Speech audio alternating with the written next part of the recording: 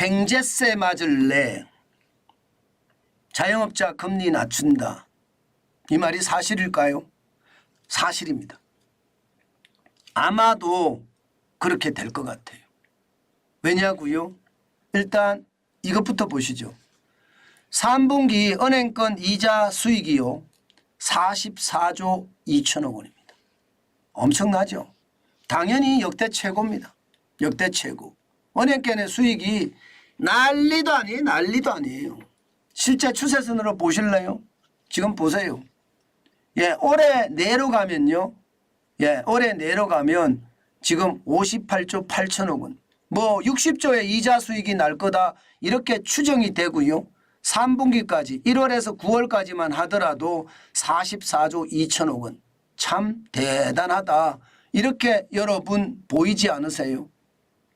사실 말입니다. 늘어나는 속도를 보면 어마어마하게 빠릅니다. 진짜 어마어마하게 빨라요. 저는 이것이 말입니다. 결국 말입니다. 이자 수익 전체에도 영향이 굉장히 많이 미치지 않을까 이렇게 생각합니다. 여러분 이렇게 이익이 많이 나니까요. 사실 더불어민주당에서는 횡재세 법안을 들고 나왔죠. 예, 지금 더불어민주당에서는요. 예, 직전 5년 평균 대비 120%가 넘는 순이자 수익에 대해서는요. 120%가 넘어요. 예, 넘는 거에 대해서는 40%의 추가 이익을 예, 횡재세로 받자 이런 얘기예요.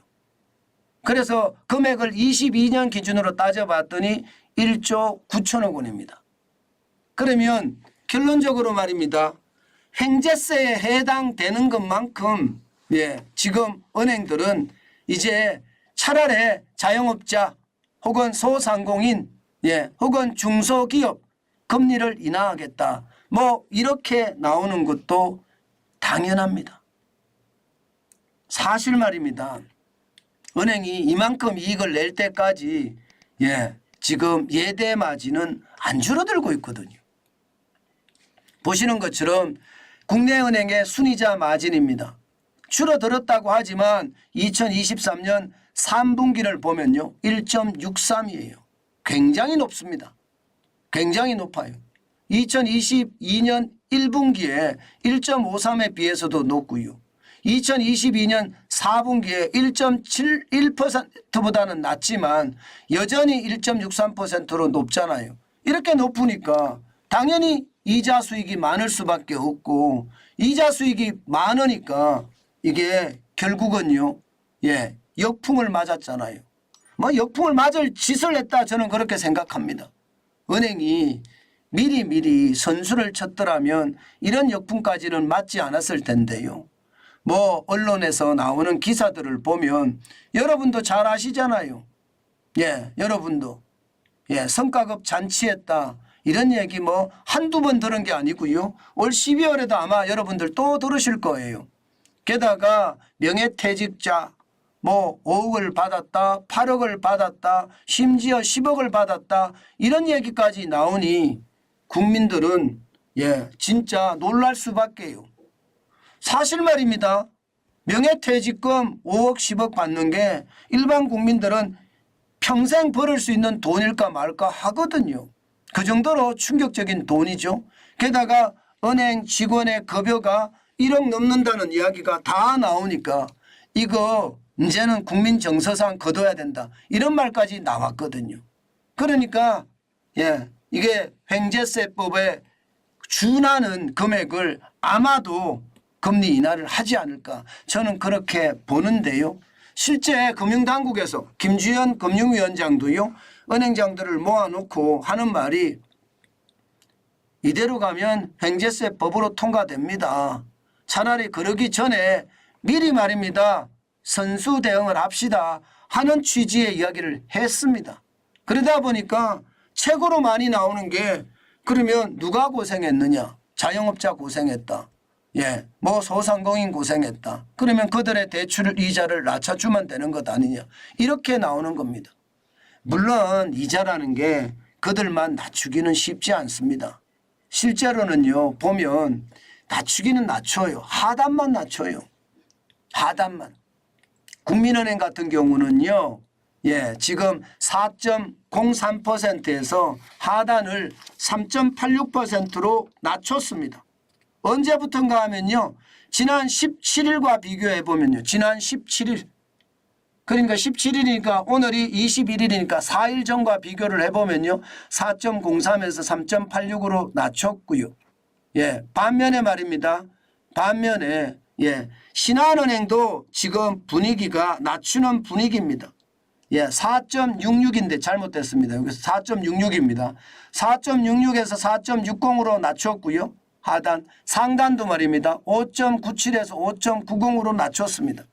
일단 고정형 담보대출 금리를 낮췄는데요. 지금 앞으로는 결국 말입니다. 자영업자 대출에 대한 금리를 낮춘다 이런 얘기가 지금 시장에서 나오고 있고요. 이미 말입니다. 정부에서도 자영업자 대출 금리 낮춰주자 하는 그런 이야기가 계속 나오고 있습니다. 이것을 보면 말입니다. 자영업자 대출이 어떻게 낮아질란지 한 번쯤 볼 필요도 있을 것 같습니다. 사실 말입니다. 사실 자영업자 보면요. 지금 진짜 심각합니다. 진짜 심각해요.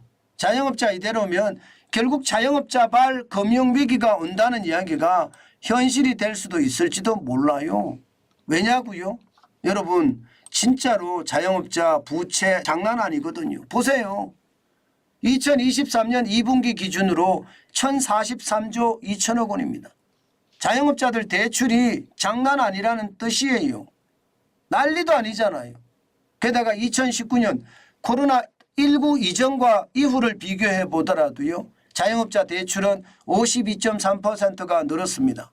684조 9천억 원이 1043조 2천억 원, 385조 3천억 원이 늘었으니 이게 358조 3천억 원이 늘었으니 이게 충격적으로 늘었잖아요. 이게 통제 방역의 결과거든요. 진짜 이대로 가면 자영업자들이 줄줄이 무너진다는 이야기 이게 틀린 말이 아니다. 이렇게 시장에서는 이미 보고 있습니다. 정환진 TV를 보시는 분들도 아마 이 부분에 대해서는 공감을 하실 거예요. 보세요. 자영업자 대출 연체액과 연체율 2023년 2분기입니다. 연체액은요 7조 3천억으로 역대 최고액입니다. 연체율은요 1.15%로 2013년 3분기 1.31% 이후로 8년 9개월 만에 최고치입니다. 상황이 굉장히 열악하고 자영업자 부문에서 부채 폭발이라는 게 현실적으로 실현이 될까 사실 두려운 상황이에요. 그러니까 상생금융을 발동을 시켜서 적어도 말입니다. 횡재세에 해당되는 것만큼은 지금 어떤 시기든 상생금융으로 만들겠다 이런 내용입니다. 그렇지만요. 저는 그런 생각이 들어요. 대한민국에 어렵지 않은 사람이 어디 있느냐. 자영업자 소상공인만 어려우냐. 소기업 중소기업은 안 어려우냐. 실업자들은 안 어려우냐. 저는 이런 생각을 해보면요. 참 가슴이 아프다. 저는 그렇게 생각합니다. 중요한 것은요. 취약계층. 진짜 어려운 취약계층. 그런 취약계층에게 저는 이자를 감면해 주는 것은 바람직한 방법이라고 봅니다. 이자를 감면하라는 게 지금까지 이자를 감면하라는 게 아니라요. 이자를 좀 내려달라는 거예요. 이자율이죠. 이자율을. 저는 그게 굉장히 중요한 요소라고 생각해요. 이자를 감면해 준다 지금까지. 저는 그것은요. 어쩌면 불공평할 수도 있다고 생각합니다. 그만큼 말입니다. 자영업자들의 상황 어렵습니다. 여기에 대한 이자율을 낮춰주는 것 저는 반드시 필요하고요. 취약계층의 이자율을 낮춰주는 것 반드시 필요하다고 봅니다. 그게 상생경영이 아닐까 그런 생각도 저는 많이 해본다는 그런 이야기입니다. 그만큼 말입니다. 지금 예, 자영업자들의 상황 열악하다. 저는 그렇게 봅니다. 사실 경기가 좋으면 걱정이 없는데 그죠? 경기가 나쁘니까 이게 참 안타깝다는 생각이 들고요. 또 하나 이게 또 내년 국회의원 선거를 앞두고 포퓰리즘으로 전락할까? 저는 그것도 좀 두렵다. 이렇게 생각합니다. 예, 저는 전체적으로 말입니다. 대출금리를 낮춰주잖아요. 이건 당연한 거고요. 여기에다가 예금금리를 올리고요. 그러면서 취약계층의 예, 대출금리도 낮춰주는 것. 이것이 예, 상생금융의 올바른 방향이 아닐까. 저는 그렇게 생각합니다.